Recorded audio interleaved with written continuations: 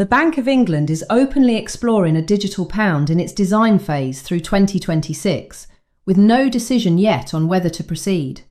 And I believe it is designed to systematically devalue your savings and seize control of your financial life. This isn't a prediction from the fringes of the internet. The evidence for this is buried deep within their own consultation papers and the public speeches of the global financial elite. They have a name for it, the digital pound, a central bank digital currency, or CBDC. The story they are telling the public is one of convenience, of modernising the payment system for a digital age. It's a narrative designed to be reassuring, to be boring, to make you tune out. But I have spent the last several weeks poring over the technical documents, cross-referencing them with policy statements from the Bank for International Settlements, and what I've uncovered is not a plan for convenience, but a blueprint for control. What I find deeply concerning is the mechanism of programmability that lies at the heart of this project. This is the power to embed rules directly into the money itself. Rules that could enforce negative interest rates directly on your cash, effectively creating a tax on saving. Rules that could place an expiry date on your money to force you to spend it. Rules that could dictate where and on what you are allowed to spend your own earnings. This represents a fundamental transfer of power from the individual to the state, on a scale we have never seen before. The groundwork is being laid right now, in the quiet corridors of Threadneedle Street and Whitehall, far from public scrutiny. And I believe the silence from the mainstream on the true implications of this system is not an oversight, it is by design. They are counting on your apathy.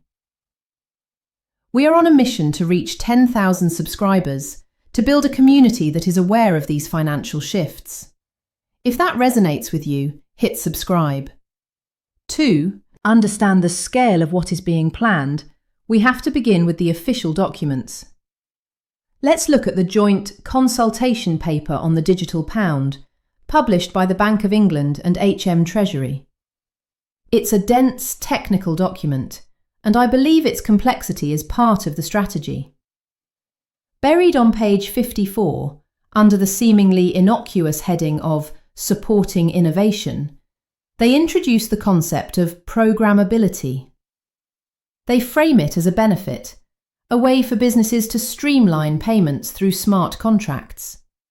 But let's read between the lines. When the issuer of a currency, the central bank, talks about making money programmable, they are talking about building a kill switch into your bank account. They are building the architecture for financial censorship and control. This isn't my interpretation. It is the logical conclusion of the technology they are describing. The paper is careful to use reassuring language, suggesting that any programmability would be implemented by private companies. But this is a distraction. Once the core infrastructure is in place, an infrastructure where every single digital pound is a direct liability of the central bank, the state will have the ultimate say on the rules.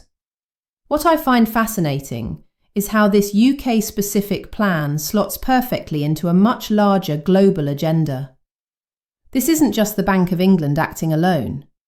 We need to look at the Bank for International Settlements, or BIS, in Basel, Switzerland. This is the central bank for central banks, the institution that sets the global policy agenda for finance.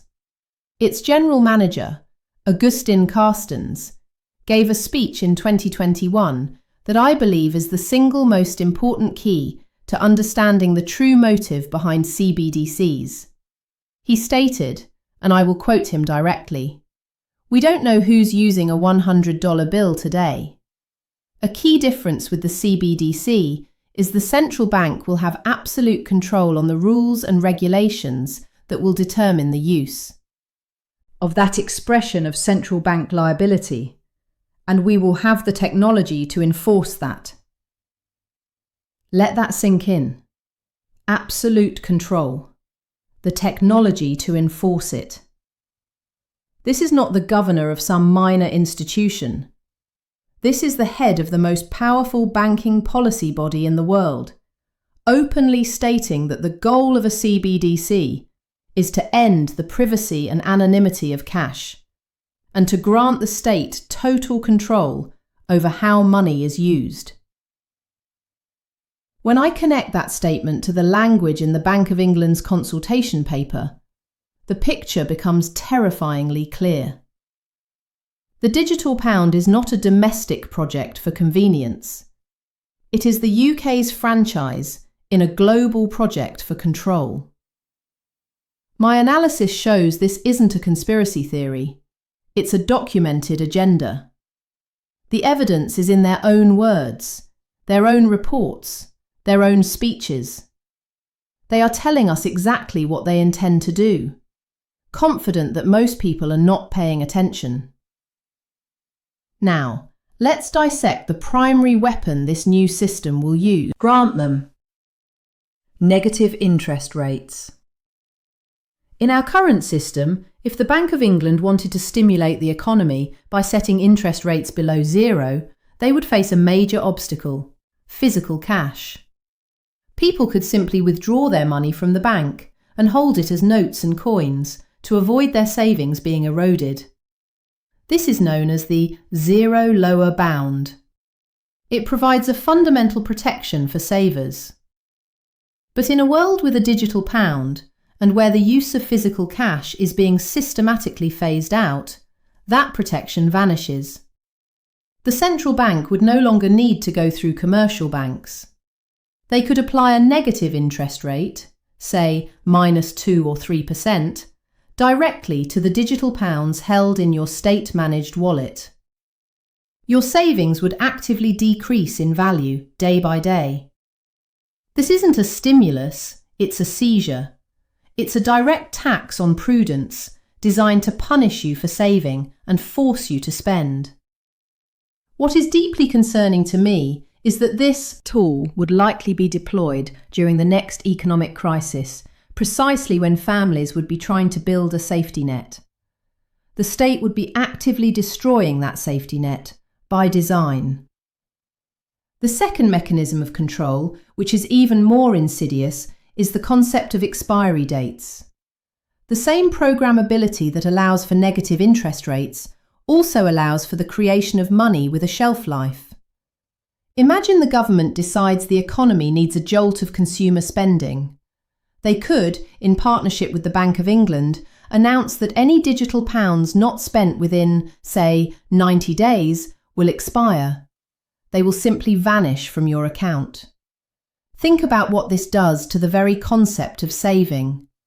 The £2,000 you've diligently put aside for a new car, for your children's future, for an emergency, suddenly becomes a ticking time bomb. You are forced to spend it, whether you need to or not, simply to avoid it being confiscated. This transforms money from a store of value, which is its primary function, into a temporary voucher for consumption. This is a level of social and economic engineering that would make authoritarian regimes of the past blush. It's a tool to manage the populace, treating citizens not as individuals with their own plans and dreams, but as cogs in a macroeconomic machine to be stimulated on command. And when you consider the UK's national debt, which now stands at nearly £3 trillion, you can see the desperation that would lead a government to seek such powerful tools. But what does this mean for you? It means the end of financial privacy as we know it. Every transaction you make with a digital pound would be recorded on a centralised ledger, a database controlled and monitored by the Bank of England. Every coffee you buy, every political donation you make, every book you purchase, every trip you take, it would all be logged, analysed, and stored indefinitely. They will tell you this is to combat money laundering and terrorism. But the potential for misuse is staggering. This data could be used to build a comprehensive social credit score. It could be used to penalise citizens for behaviour the state disapproves of, like buying too much petrol or red meat. We are already seeing this with the rise of ESG metrics in the corporate world. A CBDC would allow the government to enforce these ideological goals at the individual level. If you step out of line, they don't need to send the police. They can simply switch off your access to your money. This isn't a distant dystopian fantasy. It is the technological capability they are actively building right now. The infrastructure of tyranny is being assembled under the guise of progress. Let's also examine the legal framework being constructed around this. While the digital pound consultation was happening, the government was also pushing through its Data Protection and Digital Information Bill. My reading of this legislation is that it significantly weakens existing data privacy rights in the UK, making it easier for public bodies to share and process our personal data. I believe these two initiatives are not coincidental. They are two parts of the same machine. One part creates the ultimate surveillance tool, the CBDC, and the other part weakens the legal protections that might prevent its misuse. It's a classic pincer movement against individual liberty and privacy. They are building the prison and simultaneously rewriting the laws to make our imprisonment legal. When I piece this all together, the consultation papers, the statements from the BIS, the technological capabilities, the weakening of privacy laws, the conclusion I arrive at is inescapable. The digital pound is not about modernising payments. It is the most audacious power grab by the state in modern British history. It is an attempt to fundamentally rewire the relationship between the citizen and the state, transforming your money from a tool of personal freedom into an instrument of state control. It is a plan to devalue not just your savings, but your sovereignty. So what does this world of programmable money and absolute control actually look like for you, for your family, for your future? Let's step away from the technical papers and into the reality of daily life in a CBDC-powered Britain. Imagine you are a pensioner. You have worked your entire life, paid your taxes, and built a modest pension pot. You live on a fixed income. In a world with a digital pound, a future government facing a recession could decide to impose a negative interest rate of 2% on all savings to force spending. Suddenly, your carefully managed retirement income is being actively eroded by the state. The value of your life's work is draining away, not because of market forces, but because of a bureaucratic decision made in an office in Whitehall. Or perhaps you want to give your grandchild £500 for their birthday. The system might flag this as a non-essential transfer during a period of economic tightening and simply block the payment. Your ability to share your own wealth with your own family would be subject to government approval. This isn't protection, it is infantilization. Now, picture a small business owner, perhaps someone running a local coffee shop. Your entire income is paid in digital pounds. One day, you might find your takings are restricted. Perhaps the government decides to promote localism and programs your money so it can only be re-spent within a 5-mile radius, crippling your ability to pay suppliers who are further afield. Or worse. Imagine you express a political opinion online that is contrary to the government's narrative. You could find your business's account frozen, your ability to pay staff or buy stock cut off with the flick of a digital switch. This is the financial equivalent of being deplatformed from society itself. It creates a chilling effect on free speech and dissent where financial survival depends on ideological compliance. What I find most insidious is the two-tiered system this inevitably creates. This is the ultimate us versus them scenario. The wealthy, the politically connected, the global elite, they will not be trapped in the system. They will have their wealth diversified in physical gold, in foreign currencies, in real estate, in assets that exist beyond the reach of a domestic CBDC. They will always have an escape hatch.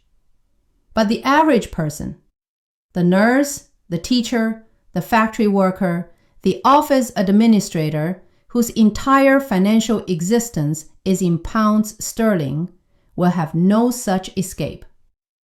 They will be the captive population for these grand economic experiments. Their savings will be the ones devalued. Their spending will be the subject of surveillance. Their financial freedom will be sacrificed for the sake of state control. This is a policy that punishes the very people who form the backbone of this country, the prudent, law-abiding, everyday savers who are just trying to build a secure future for their families. The question we must ask ourselves is, are we willing to trade the last vestiges of our financial autonomy for the illusion of progress and the promise of convenience? This is not a future that is set in stone, but it is the direction of travel, and the momentum is building. The first and most powerful line of defense is awareness.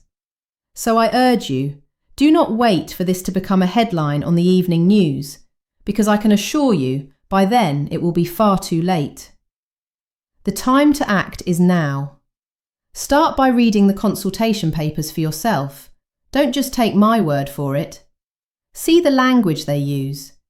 Talk to your financial advisor about diversifying your assets in a way that provides resilience against this kind of state overreach. Most importantly, write to your Member of Parliament. Ask them the hard questions. Ask them to define programmability. Ask them for an unbreakable guarantee that negative interest rates will never be applied to a digital pound. Demand a public debate. The immense power of these institutions relies on a public that is too busy, too distracted, or too intimidated to look at the details. Our job as a community is to look and to understand. Stay informed, stay vigilant, and protect your financial sovereignty.